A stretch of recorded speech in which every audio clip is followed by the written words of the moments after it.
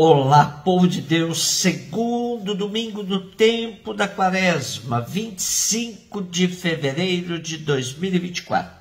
A nossa reflexão de hoje é a partir de Gênesis 22, de 1 a 2, 9a, 10 a 13, 15 a 18. Romanos 8, 31b a 34, Marcos 9, 2 a 10. A saga de Abraão e Sara faz parte das histórias dos patriarcas da Bíblia e é, sem dúvidas, uma das mais populares. Abraão recebe uma promessa de Deus de que terá terra e descendência imensa. Porém, Sara, sua esposa, é estéril. Abraão tem um primeiro filho com a escrava de sua mulher, Agar, ao qual dá o nome de Ismael. Depois será pai de Isaque, filho de Sara, conhecido como o filho da promessa. Nosso texto de hoje revela a fé de Abraão inabalável. O menino já está crescido quando Abraão recebeu uma ordem de Deus para que seu filho Isaque seja oferecido em holocausto. Podemos nos assustar com tal ordem do Senhor, mas fazia parte de diversas culturas antigas o sacrifício de crianças às diversas divindades. No caso de Abraão, o dramático é que ele estava pondo em risco a promessa da grande descendência, pois Isaque era o único filho que nascera de sua legítima esposa. Ainda confiando na promessa de Deus, Abraão obedece à ordem do Senhor, sobe a montanha para fazer o holocausto de Isaque. Tal atitude de Abraão agradou a Deus, que providenciou um cordeiro para que Abraão fizesse o holocausto do animal em lugar de seu filho Isaque. De geração em geração foi contada essa história, destacando Abraão como o grande patriarca, que testemunhou sua fé em Deus de maneira absoluta. Abraão viveu em torno do ano 1850 a.C. O texto de Gênesis, que atualizou a história, é da época do cativeiro da Babilônia, em torno do ano 550 a.C., isto é, 1.300 anos depois dos fatos.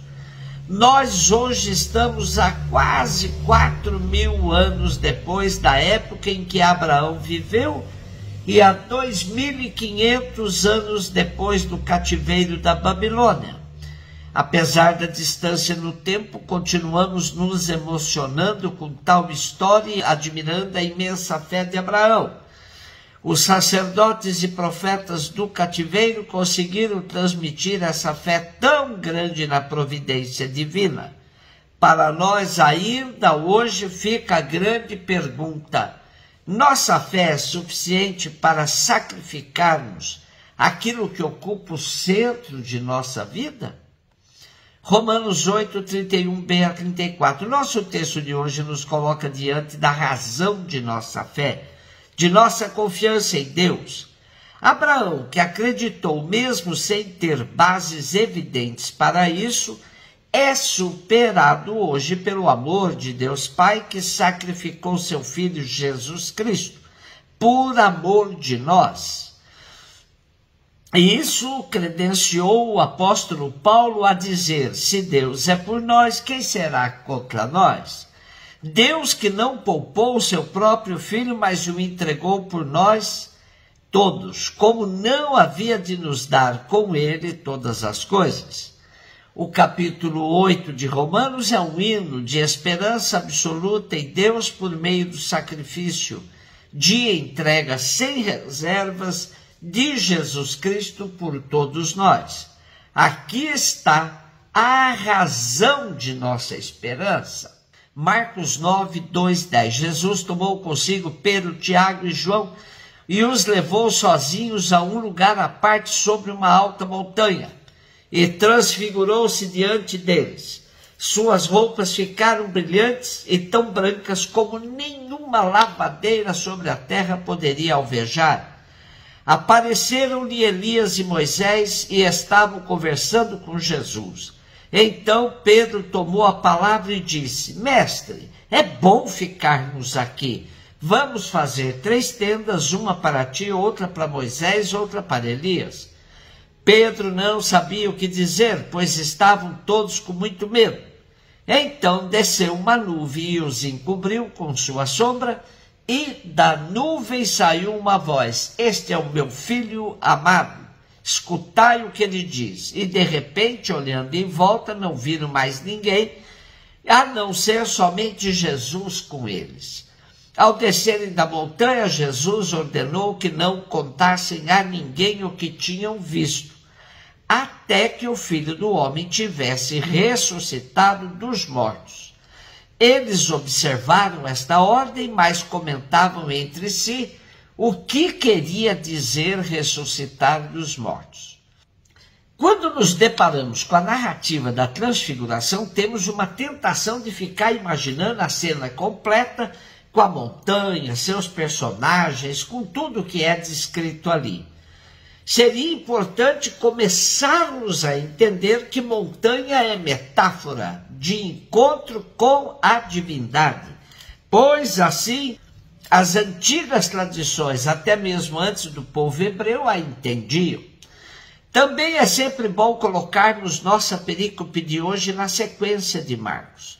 Depois de Pedro ter confessado sua fé, explicitando a identidade messiânica de Jesus, Jesus ordenou que guardassem silêncio e começou a dizer-lhes que o Filho do Homem iria sofrer, ser perseguido, assassinado e ressuscitaria no 3º dia. Também há um anúncio meio enigmático de que alguns que o ouviam naquele momento não iriam morrer até que viesse o reino de Deus. Tudo isso precede a narrativa da transfiguração. Podemos imaginar o coração apertado dos discípulos diante desta fala de Jesus. A transfiguração, como visão antecipada de Jesus glorificado, serve de conforto e alento na caminhada deles. A cena de hoje não é para toda a multidão e nem mesmo para todos os discípulos. Os 3 discípulos escolhidos por Jesus para presenciar sua transfiguração são os mesmos que estão presentes na ressurreição da filha de Jairo e que estarão com Jesus na agonia de Getsemane. Portanto, esse grupo que presencia a transfiguração presencia também a desfiguração em Getsemane. O monte da transfiguração é deduzido como sendo Tabor, que significa próximo da luz.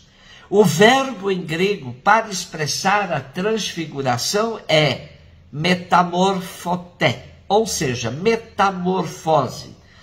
E como o verbo está no passivo, significa que Jesus foi transfigurado. A ação ativa é do Pai. Graças à ação do Pai, Jesus reflete uma luz divina branca como nenhuma lavadeira da terra poderia alvejar. Jesus em glória tem ainda a presença de 2 personagens muito importantes, que sintetizam a história do povo de Israel, Elias e Moisés. Elias e Moisés são 2 testemunhas exigidas na tradição de Israel para todo importante evento. Elias, que resume em si todos os profetas, vê em Jesus aquele de quem todos haviam profetizado. Moisés, que havia pedido para ver a glória de Deus na montanha, finalmente é escutado. Na sequência entra em cena Pedro, que se adianta sem saber bem o que dizer, e sugere que sejam criadas condições para permanecer para sempre no monte. Sua proposta não tem continuidade, pois uma nuvem desce do céu e os envolve. De dentro desta nuvem uma voz se ouve: este é o meu filho amado, escutai o que ele diz. O tema de escutar a voz de Deus é conhecido no povo de Israel por Shema Israel, que se trata do convite para que Israel escute a Deus e se converta. Aqui é para que se escute a Jesus. A experiência da nuvem também é significativa e conhecida como Shekinah, nuvem da presença de Deus, que no Êxodo é sinal da sua glória.